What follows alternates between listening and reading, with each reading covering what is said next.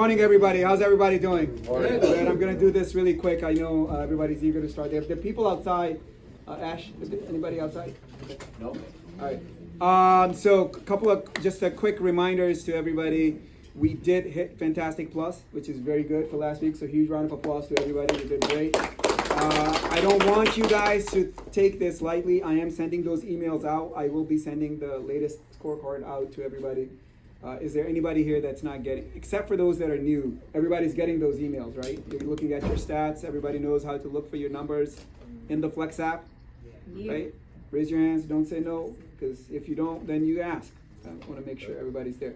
Second, we did have a bunch of violations starting this week for Netrodyne. We're looking good for the time being. It seems to be working.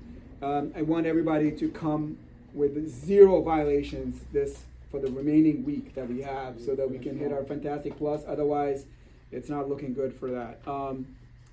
Next week, Wednesday, we are going to be starting to run routes at our second site, which is South Windsor. Some of you know that, some of you don't. We will be moving people back and forth in terms of who's going to be working. We do have a team that is going to be going out of there, but I just want everybody to be aware and know that it is as a result of the success that we've had as a group up here, and thanks to everybody, to the leadership team, to you guys, we are now operating out of 2 stations. So the second one is South Windsor. Not too many DSPs are doing that, guys, so this is a huge win for us. It guarantees work, it guarantees us goodwill with Amazon. So great job in doing that. As we have our ramp up over there, I'll let everybody know in terms of where we are. We're gonna have 2 teams, right? One team is the DBL1 team, which is Bristol. The second team here is going to be the one up there. So we have 2 teams. One team is going to be the Avengers, and the other team is going to be the Guardians. Hey. So there's going to be some competition between both teams. See which team wins. Whichever team wins, there's going to be a huge prize for those people at the end of the day. Pressure's on Gloria. Pressure's on Max. Pressure's on Bernard. We want to make sure everybody comes out of this looking good. Second thing I want everybody to understand and share is I will be sending out the details of the scorecard, but one of the key things that we're all sort of, there's a little bit of a slip that we have, and I want you guys to look at this. This is the detail, and I'll send this out later. This is the customer delivery feedback. Anybody here that knows what the customer delivery feedback is?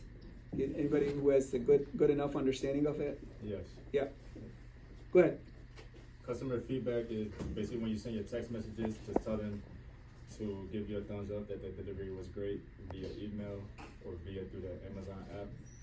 So when you get more feedback like that, if you're texting more people on your dashboard, on your Amazon Flex app, you can see if you have positive reviews. The more positive reviews, the higher your percentage will go up for your customer feedback, which will make you hit Fantastic Plus as yourself and make the company the Fantastic Plus weekly. So yeah.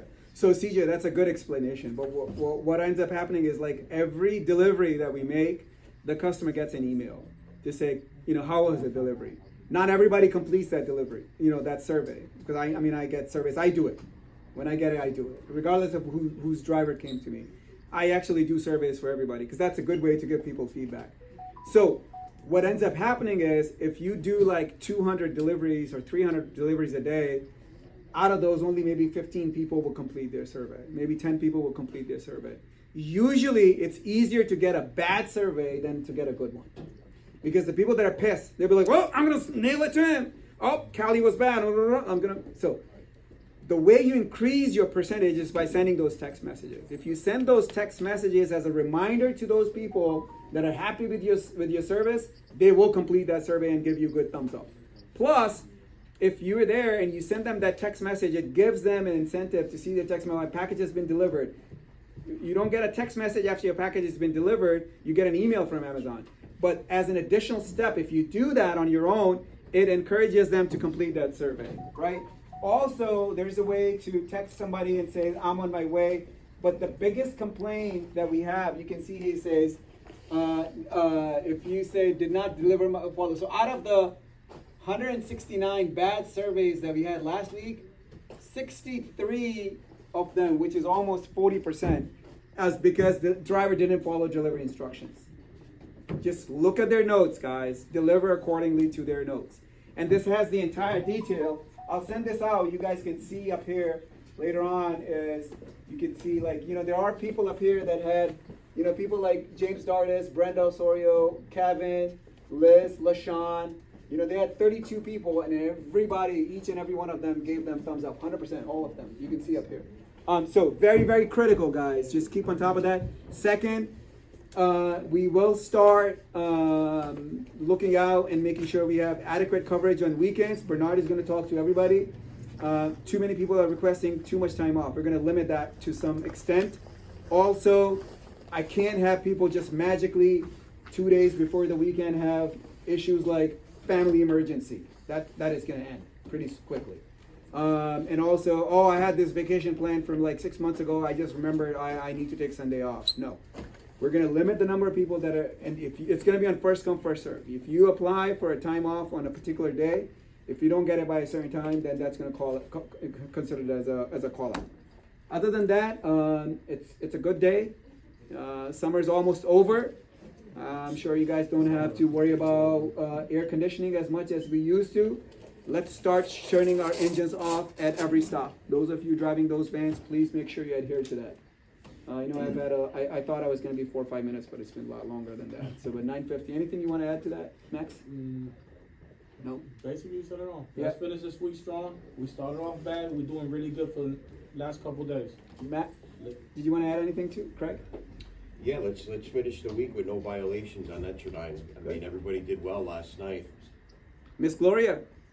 Don't forget to clock out for your breaks. That's Yeah. right. So very good input. So we had an audit of all the breaks, right? We were at 80%. I'm gonna share that data with everybody with the leadership team this Saturday. There was like 59 people that missed compliance of their lunch break by 1 minute. I don't know. This is Amazon, guys. I'm just relaying this information to you.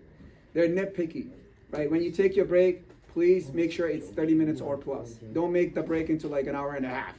When I say 30 minutes or plus, it should be like at least 30, 31 minutes. That way we don't get flagged. Because what they do is they run a report, right? I used to work in tech. I know how these things are done.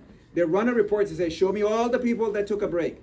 Well, they started their break at this time, ended their break at this time. The difference between them is like 29 minutes and 10 seconds. Boom, this person is not compliant, right? It is kind of a shitty thing to say and do, but yeah, 30 minutes is the mandated break, but they run the numbers and they see that somebody was off by 10 seconds, 15 seconds, a minute, then you're not compliant, which is right, but at the same time, here's the driver that's thinking, do I start a stopwatch up here on this thing? Just take 30 minutes, right, guys? Take 31 minutes, right? Just to make sure you're clocking out for those lunch breaks. There was a pee bottle found in one of the vans. We are going to be talking to that person. This is not going to be tolerated.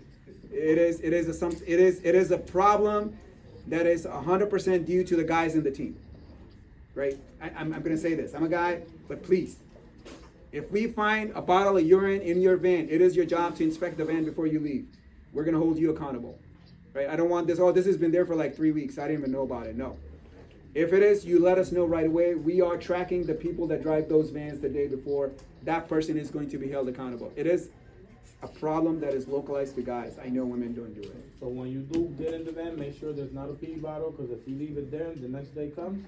We're holding you accountable, guys. That excuse is getting old. It is a sanitary issue, and it pisses me off to no end. If somebody has to sit in that van and it just has to toss that bottle out there, there's a bunch of diseases out there. This is your office. The van is your office for 8 to 10 hours a day. Keep it clean. Take pride in it, you know? All right, let's go kick ass, guys. Thank you.